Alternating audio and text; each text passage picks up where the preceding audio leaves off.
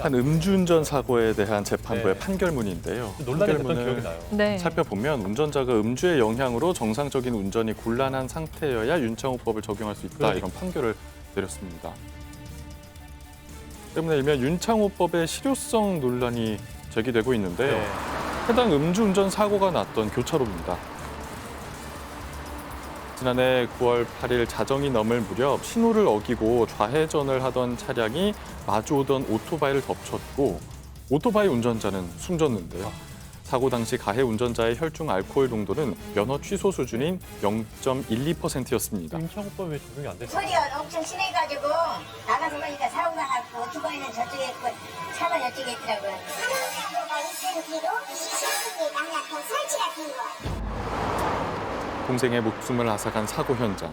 시간이 흘렀지만 아픈 기억은 아직도 그대로입니다. 상대방이 반대편 차선에서 이제 보행 신호가 아닌데 직자 신호가 아닌데 불법 좌회전을 한 거죠.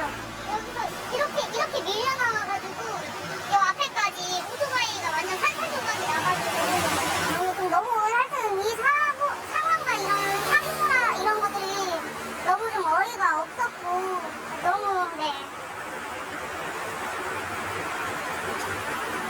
꿈 많던 청년의 목숨을 앗아간 음주운전. 윤창호법에 따르면 최고 무기징역까지 가능하지만 이 사건에선 이 법이 적용되지 않았습니다. 1심 재판부는 가해 운전자에게 징역 3년을 선고했는데요. 이에 대해 유가족은 처벌이 너무 가볍다며 국민청원을 올렸습니다. 당연히 올리실 만한 청년. 같은 음주운전 사고라고 해도 윤창호법의 적용 여부는 달랐는데요. 아유, 대체 해당 사건은 일명 윤창호법 적용이 안 된 이유가 네. 있었을 텐데 그 이유는 뭘까요? 법원의 판결문을 자세히 살펴봤습니다. 판결문에 따르면 피고인의 눈빛이 비교적 선명하고 사고 경위를 비교적 상세히 기억하고 있다는 점 때문에 윤창호법 대신 특례법을 네? 적용했다는 겁니다. 그게 무슨 얘기죠? 윤창호법이 시행되면서 단속기 중 혈중 알코올 농도 0.05%에서 0.03%로 또 사망 처벌은 1년 이상에서 3년 이상 또는 무기징역으로 강화됐는데요. 정상적인 윤창호법이라는 곤란한 거는 상태. 술을 먹고 음주 상태에서 이제 사람을 뭐 해하거나 이랬을 때 처벌을 좀 많이 하는 그런 네, 다 그렇게 알고 있죠. 알고 있는데 술을 먹었다는 게 명백하고 네. 무슨 증거가 명백한데 그 당시에 그 가해자의 눈빛이 이게 무슨 말인지 이해가 안 가는데요, 이거. 걷는 걸 똑바로 걸었다 해서 적용을 안 한다는 게 좀 너무 이해가 선뜻 안 됩니다, 법원은.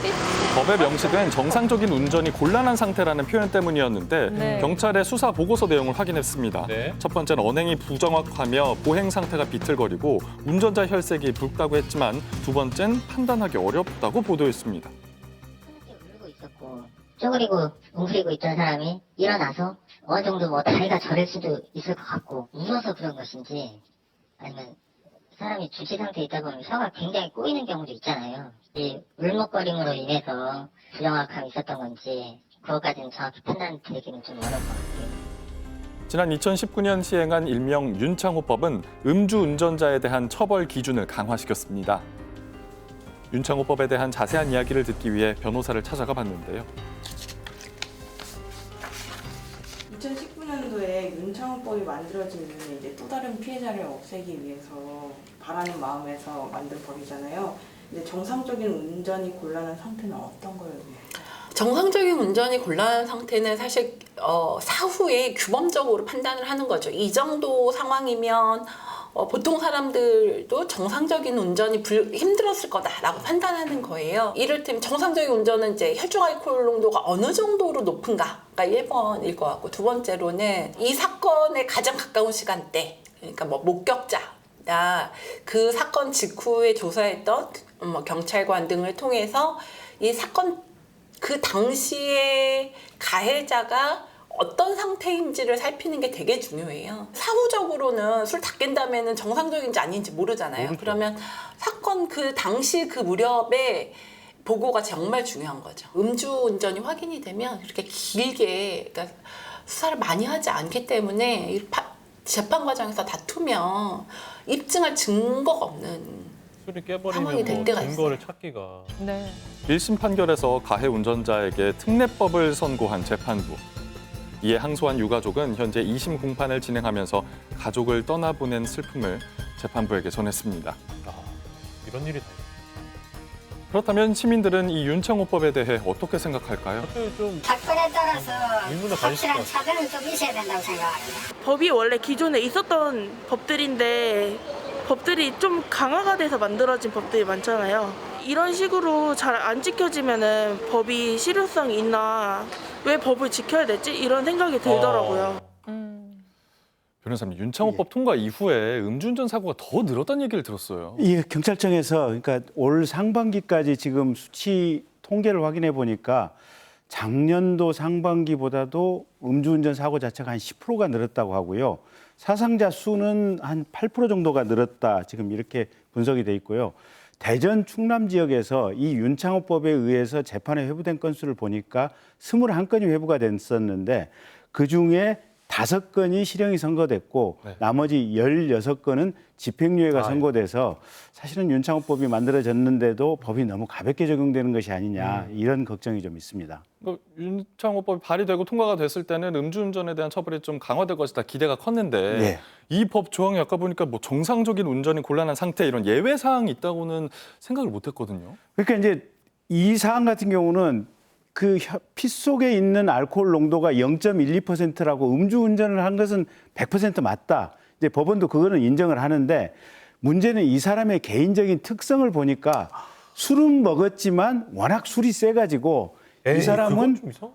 운전하는데 지장이 없었을 것이다. 이렇게 본 것 같아요, 보면. 네. 근데 이게 통상적인 상식하고는 좀 다르잖아요. 그래서 네. 최종적으로 대법원 가서 이 부분이 좀 정리가 돼야 될 것 같은데 저희 보통 사람들 또 저 같은 이 변호사의 어떤 평균적인 상식으로 네. 봐도 술을 먹어서 피 속에 알코올이 있으면 아무리 이 두주불사하는 또 체력이 이 좋은 사람이라고 네. 할지라도 이건 운전에 영향을 받는다고 봐야 될 것 네. 같거든요. 근데 객관적이어야죠. 그 부분과 관련해서 이 개인적인 특성을 개별적으로 판단해서 입증할 수 있는 증거를 현장에 그 순간에 있었던 경찰관이 다 준비하지 않으면 이 윤창호법이 적용되지 않는다. 이런 취지로 지금 법원이 판결했기 때문에 그래서 논란이 되는 것 같습니다. 네, 또 많은 분들이 함께 보시면서 티버스로 댓글로 공감 표해주고 계신데요. 어떤 의견이 있는지 한번 살펴보겠습니다.